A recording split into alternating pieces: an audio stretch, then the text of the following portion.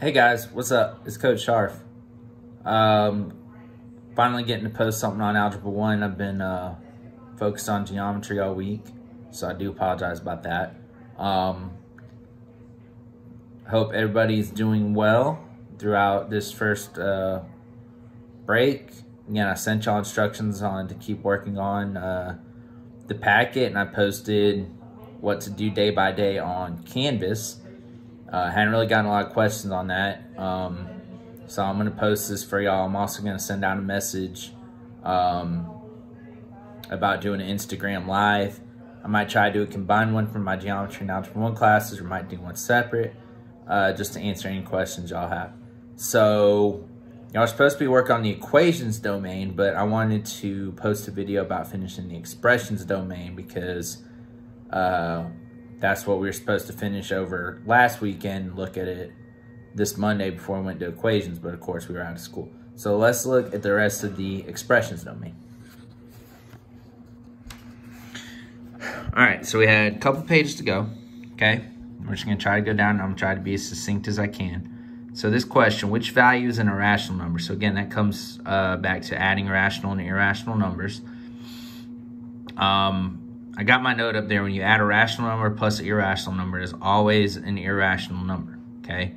So that gives us A by default. If you try to work out the math, I'm not quite sure what you would get if you put that in a calculator. It would be 6 point some decimal that doesn't repeat or doesn't terminate. B, square root of 2 times the square root of 8, which is the square root of 16, which of course is 4. C, square root of 3 times the square root of 12. Again, when you're multiplying radicals, just multiply what's inside the square root. So it gives me square root of 36 over 5, which reduces the square root of 36 to 6. So it gives me 6 over 5, which is a rational number. It's 1.2 if you punch it in the calculator. Square root of 3 minus the square root of 3.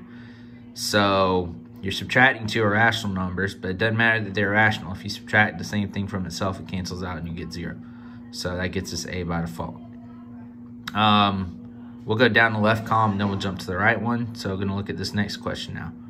Which of these is the result of completing the square for the expression x squared plus 8x minus 30? So we're doing completing the square with quadratics. Normally when we've had this, we've had it set equal to 0, and we would have to move the 30 to the other side. But we're going to do it all on the same side here. So since we're keeping all on the same side as one expression, I still want to do my completing the square part, so that's the x squared plus 8x blank right here. But in order to keep the equation balanced, whatever I wind up adding in there, I have to subtract right here because the positive and the negative will cancel out to leave me a 0 on that side. So do completing the square, it's the b divided by 2 quantity squared. So my b is 8, 8 divided by 2 is 4, 4 squared is 16. So I plug that in. I've got positive 16 here. So I plugged it in there. I've got a negative 16 here. And now I just simplify. That minus that is 46. So that already should tell you that it's B. But remembering when we actually, again, completing the square means I'm making a perfect square trinomial. This is a binomial times itself.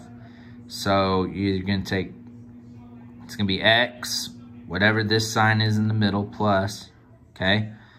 So you can either say it's half of this, which is essentially what you did right here, or the square root of the last number, but either way, it's going to be 4. So x plus 4 squared minus 46, which is B. We do the same thing on the next one. X squared plus 3x plus 7. We're going to get a fraction here, but that's all right. So you got x squared plus 3x blank plus 7 blank. B divided by 2 squared, B is 3, 3 divided by 2. You can leave as the fraction. If you want to make it a decimal, you can. But when you just have the fraction, you square the top and the bottom, so it's 9/4. So you're going to add 9/4, and you're going to subtract 9/4. Again, this is going to be x. This is going to simplify into a binomial squared. So again, either half of this, the square root of that, or again, you can take it from right here. So x plus 3/2 squared. And then 7 minus 9/4. If you convert 7 into a fraction with 4 as a Denominator would be 28 over 4 minus 9 over 4, which is 19 over 4, or if you got the decimal, 4.75.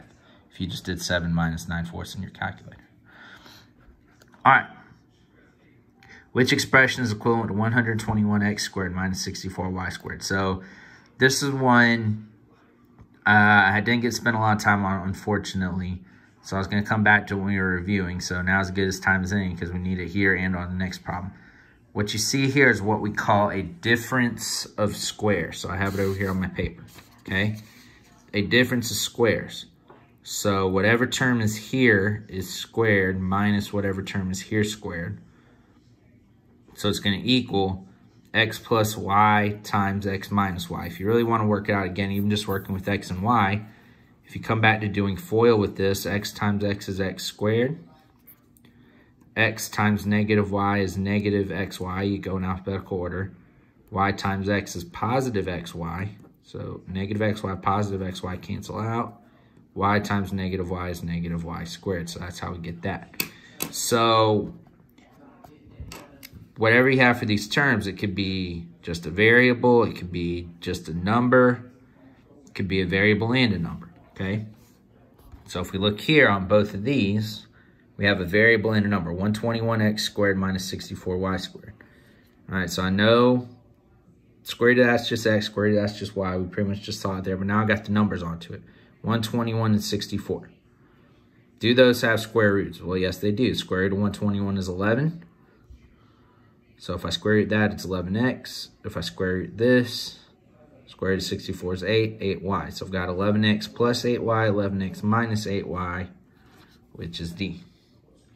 Okay?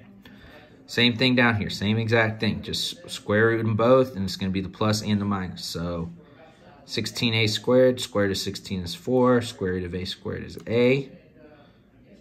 Square root of 81 is 9. So you're just going to have 4a plus 9, 4a minus 9. All right.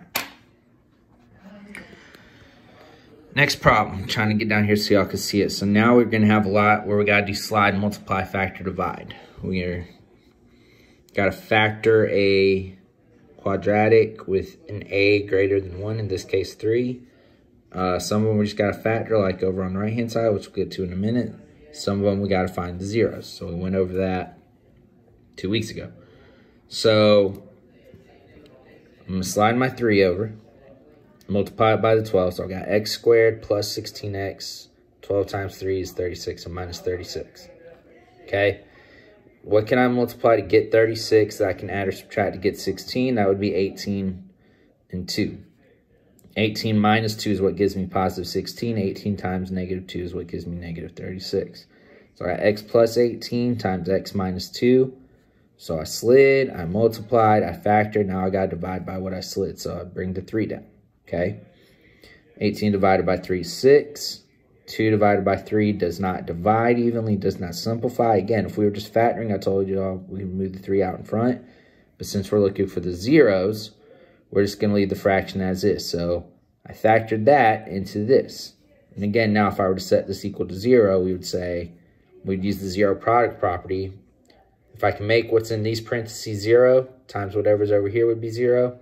The reverse is true as well. So what would make this 0? What would cancel out positive 6? Well, that would be negative 6. What would cancel out negative 2/3? Positive 2/3, which is answer choice C right there. So that one is C. All right, we got a little chart here. There's 5 equations, and we got to fill in the chart what is equivalent to each of the following above, okay? So I started with the easy ones, okay? So we got this, 5 square root 5 plus 5 square root 5. When you're adding radicals, you can add them if they have the same square root, whatever's underneath the radical. You just add the coefficients that are outside. So 5 plus 5 is 10. So that one is equal to 10 square root 5. Okay? This one, 5 square root 2 times square root of 5. Again, when you're multiplying radicals, you just multiply the outsides, multiply the insides. 5 times the imaginary 1 there is 5. 2 times 5 is 10. So that gives me my 5 square root 10. All right, so now I want to look at the other 3 and see what they give. Okay? So 2 times the square root of 50. All right, again, I want to simplify what's underneath the radical. 250 is 25 times 10. 25 is 5 times 5. 10 is 5 times 2. This pair of 5s is going to come down here to the outside. These 5 and 2 are single factors, so that stays inside 5 times 2. But I also got to bring down the original 2 I had on the outside. So I've got 2 times 5 on the outside, 5 times 2 on the inside. That gives me my 10 square root 10. So this is going to be my 2 square root 250. It's going to go in that box. Now let's look at the other two. 50 times 5, we just said we multiply radicals. We could just multiply what's underneath. 50 times 5 is 250. We literally just factor that over here. So we got 5 times the square root of 5 times 2. We don't have the extra 2 on the outside. So this stays 5. 5 times 2 is 10. So that's 5 square root 10. So that one is also in here. Okay. So that one also goes in here. I already actually drew that arrow. I didn't see that. All right, and then the last one, 5 times 10 times 10. 5 times 10 is 50, times 10 is 500. So we break this down. 500 is 100 times 5, which is 10 times 10 again. 10, 10, and 5, that's what we got here. Really, again, if you want to take the shortcut, multiply any two square roots that are the same. This just could be whatever numbers underneath. So square root of 10 times square root of 10 is 10, times the square root of 5. If you want to do the factor tree, if you want to multiply it all and do the factor tree, that's okay. So got a pair of 10s goes on the outside, 5 goes inside. So that one is also equivalent to 10 times the square root of 5. All right, moving up to the right-hand column now. The expression that negative x squared plus 70x minus 600 represents a profit. So again, this is setting a quadratic equal to 0, a real-world quadratic example that we've talked about. So we're setting the profit equal to 0. Okay, so there's a couple things you could do here. You can either multiply everything by -1. If you did that with the 0, it would still be 0. Or I can move everything to this side. So add x squared to both sides, subtract 70x from both sides, add 600 to both sides. But basically, I just flipped every sign. That became positive, that became negative, that became positive. So now I've got this, and now I can factor it. What can I multiply to get 600? Adds up to 70. That would be 10 and 60. Since this is negative, both of these need to be negative because this is positive. 2 negatives multiply to give me a positive. Both of these need to be negative since that's a negative. So I got x minus 10 times x minus 60. Same thing I just talked about down here. What's going to cancel these out to make them equal 0? So same thing up here. What cancels out negative 10? Positive 10. What cancels out negative 60? Positive 60. So my answer is C. All right, this one, not really any work to do here. It's kind of common sense, okay? Sandra makes necklaces and sells them at the school craft fair. She uses the equation P equals 7.5N minus 2.25N plus 15 to determine her total profit at the fair when N necklaces are sold. Based on this equation, how much does she charge for each necklace? So N is the number of necklaces. That's the key, right? So you got 7.5 times N and you got 2.25 times N. The plus 15, I'll explain that in a second, but that doesn't really matter. So basically what you're saying is these are prices for the necklace. So is she going to charge $2.25 when it cost her $7.50 to make, or is she going to charge $7.50 and it cost her $2.25 to make? Obviously, she's going to charge more than it cost her to make, so she's going to charge $7.50. So the answer is B. So what this equation says is she charges $7.50 for every necklace, but then she's got to subtract the $2.25 it costs to make every necklace plus $15.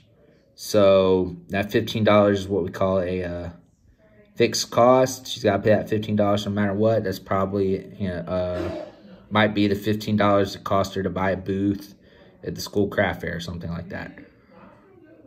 So there's that one. All right. This one, look at one of the formulas for the perimeter of a rectangle where L represents the length and W represents the width. So we're getting the perimeter of a rectangle, okay? Again, if we think about it, it's length plus width plus length plus width, all right? Here's my rectangle, L, L, W, W, all right? So we can, again, if we kind of Technically, I can show you the math to make that work, but it's 2 times L plus W. So L plus W and L plus W twice, okay? So all the 2 represents is that I've got 2 sides that are the length of the length and 2 sides that are the length of the width, okay? Which expression is a, so let me write that in actually. 2 sides, let me say measure of the length, so I'm not saying length of the length. 2 sides, the measure of the length and width. There we go. All right. Which expression is a factor of 24x squared plus 16x plus 144? Kind of showed you how to do it over here. But if you really want to know, let's look at our answer choices and see. Okay, 16, that's saying all these terms can divide by 16. Well, 16 obviously can, 144 can, 24 can't. That would be 1.5. Okay, 8x. Well, that'll divide by 8. X can go into x squared. That 816 will divide by 8. X can go into x. 144 will divide by 8, but there's no x to take out of there, so it can't be that. Okay, 3, we're going to have to do a little bit of math there. 8, we're going to have to do a little bit of math there as well, you would think. But if I look, it's already factored. So even if I just ignore the 8, say, okay, I got to multiply those 2 using FOIL or the box. Even if you just start x times 3x squared, it's 3x cubed. There's no x cubed up here. So you can almost, by a process of elimination, get C, okay? But if you really were trying to do this correctly, you'd see, obviously, these have some kind of greatest common factor because they're all even. Okay? The greatest common factor would actually be 8. 24 divided by 8 is 3. 16 divided by 8 is 2. 144 divided by 8 is 18. So this is 8 times 3x squared plus 2x plus 18. So again, that is one of my factors. All right. Again, factoring. 12x squared plus 14x minus 6. So I did this over on the other paper. Okay? So let me come back here first. First thing that we got to see, there we go, is again, they're all even, so I can divide out of 2, right? So I divide out of 2. 12 divided by 2 is 6. 14 divided by 2 is 7. 6 divided by 2 is 3. So I divide out the 2, okay? So this 2 is over here by itself. So again, with the 6x squared, 7x minus 3, I got to do slide, multiply, factor, divide. Slide the 6 over. X squared, 7x, 3 times 6 is negative 18. So again, can I factor this? What can I multiply to get 18 that I can add or subtract to give me 7? That would be 9 and 2. So x plus 9 times x minus 2. 9 minus 2 is positive 7. 9 times 2 is negative 18. Then I got to divide by the 6 that I slid. So divide both by 6. Again, they don't divide evenly, but I can simplify them. 9 over 6 simplifies to 3 halves. 2 over 6 simplifies to 1/3. So I'm not trying to find the zeros here. I'm just trying to find the factors. So now I do want to move the denominators out in front. So I move the 2 out in front here, the 3 out in front there. So my final factorization is 2 times 2x plus 3 times 3x minus 1. All right. Back over here, we got 2 more on this page, and then we got to flip, and there's just a couple more on the back trying to get out of the sunlight to prevent any glare. All right. Quadratic expression is shown. Again, we got to factor it. So slide, multiply, factor again. Okay. So I move the 3 over. So it leaves me x squared minus 2x. 5 times 3 is negative 15. So what can I multiply to get 15 that I can subtract to give me negative 2? Would be positive 3 and negative 5. X plus 3 times x minus 5 is what gives me that. Again, the 3 I slid, I have to divide. All right? 3 divided by 3 is 1. I can't simplify 5/3. It doesn't divide evenly since I'm not looking for my zeros. Let's move the 3 back out in front. So that gives me 3x minus 5. So there are the 2 factors right there. Okay? Last one, still doing the same thing, but I gotta find the zeros now, okay? What are the zeros of the function? So again, slide my 2 over. X squared minus 5x comes down. 3 times 2 is negative 6. What can I multiply to get 6? That subtracts to give me 5. negative 5, negative 6, and positive 1. So I got negative 6 and positive 1, give me negative 5. Negative 6 times positive 1 gives me negative 6. The 2 comes down, I didn't draw that. Got to divide them both by 2. 6 divided by 2 is 3, I moved it over here. 1 divided by 2, you're just going to stay 1/2, but again, we're looking for the zeros. So I'm going to leave it as 1/2. I'm not going to slide it out to be 2x plus 1. Again, you could set it now equal to 0 if you would wish. So you'd say, all right, I got to cancel this out because 0 times this is 0. I got to cancel that out because 0 times whatever would be here is 0. So we'll cancel out negative 3, positive 3. Cancels out 1/2, negative 1/2. So those are your 2 zeros right there. All right. Last few on the back now, okay?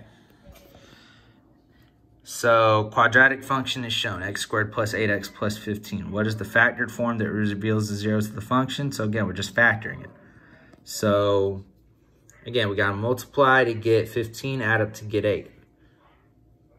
That would multiply to give us 8, add up to get 6. So that'd be x squared plus 6x plus 8.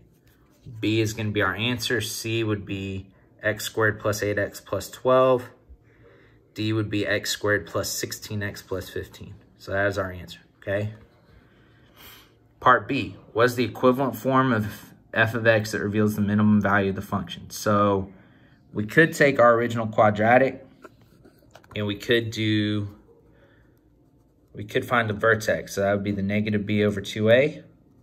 Should be negative 8 over 2 times 1, which gives me negative 4. That would be my x coordinate. And then I would plug in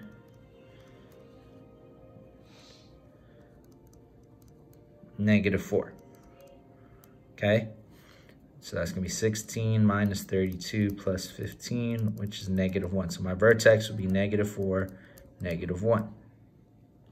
So if I'm looking at these now, when we talk about vertex form, if we remember, again, what's going to be in here with the x in parentheses, it's actually the opposite sign. So these are all representing a vertex with the x coordinate of negative 4, negative 3, negative 2, negative 1. Okay? Whatever out here is the same. So this would be a vertex of negative 4, negative 1, which is what we got up there. This would be negative 3, 0, because there's nothing. Negative 2, positive 3, and negative 1, positive 8. But the way I did it was what we've already seen on this paper. You can also do completing the square, okay? So we're doing completing the square the same way. We're keeping all on one side. So x squared plus 8x blank plus 15, and then stick a blank after it. We already did completing the square with 8. 8 divided by 2 is 4. 4 squared is 16. So I plug in positive 16, negative 16. I simplify that to x plus 4 squared. 15 minus 16 is negative 1. So my answer is A. All right, last one. The total area of 2 rectangles can be represented by the expression x times 3x plus 1 plus 2x times x plus 3. Which expression represents the total area of the 2 triangles? Well, this is hopefully not that hard. It's just simply following order of operations. You got to multiply these, multiply those, and then add them. So I'm just distributing this x. X times 3x is 3x squared. X times 1 is x. 2x times x is 2x squared. 2x times 3 is 6x. I get this, then I just combine like terms. 3x squared, 2x squared is 5x squared. X and 6x is 7x. So that is D. All right, so I'm going to go upload this. I'm going to send a message out. You don't have to work on anything this weekend. Take the weekend to relax. I'm just getting this out. I've been working on geometry all week, so I'm just getting this out while I have a chance here on Saturday. And again, I'm going to send a message out on Remind, letting y'all know that I posted this video. So obviously I've already seen it, but also about trying to do an Instagram live chat with y'all. Because again, I really haven't gotten any questions or work from any of the geometry or from any of y'all Algebra 1 kids. So I'm going to post this video, talk about the Instagram live sometime on Monday, hopefully. Let y'all know what time would be better for y'all, and we'll work it out. So till then, y'all be safe, and if you got any questions, let me know.